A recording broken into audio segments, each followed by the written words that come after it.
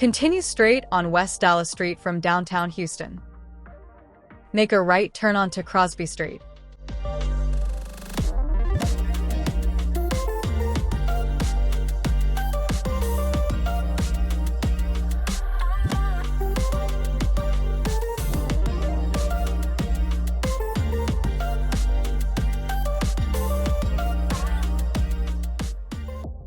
At the stop sign, look to your left and safely make a right turn onto Allen Parkway.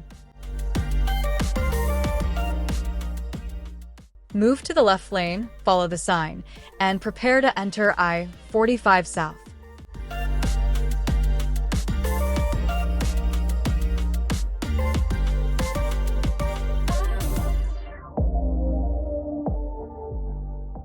You're now on I-45 South.